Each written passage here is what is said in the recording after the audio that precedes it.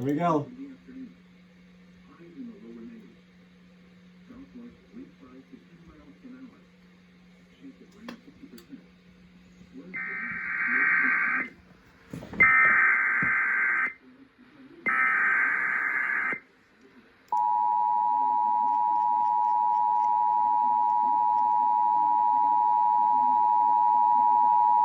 Announcement regarding an abducted child in Fairmont, Marion County.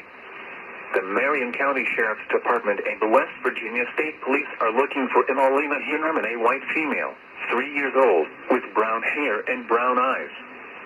The child was last seen at 1112 Country Club Road, Fairmont, West Virginia, and is believed to be in extreme danger.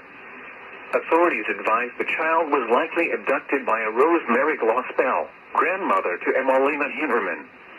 If you have any information on the whereabouts of Emalina Hinnerman, please contact Marion County Sheriff's Department at 304-367-5300 or the West Virginia State Police, your local 911 or SP on cell phone.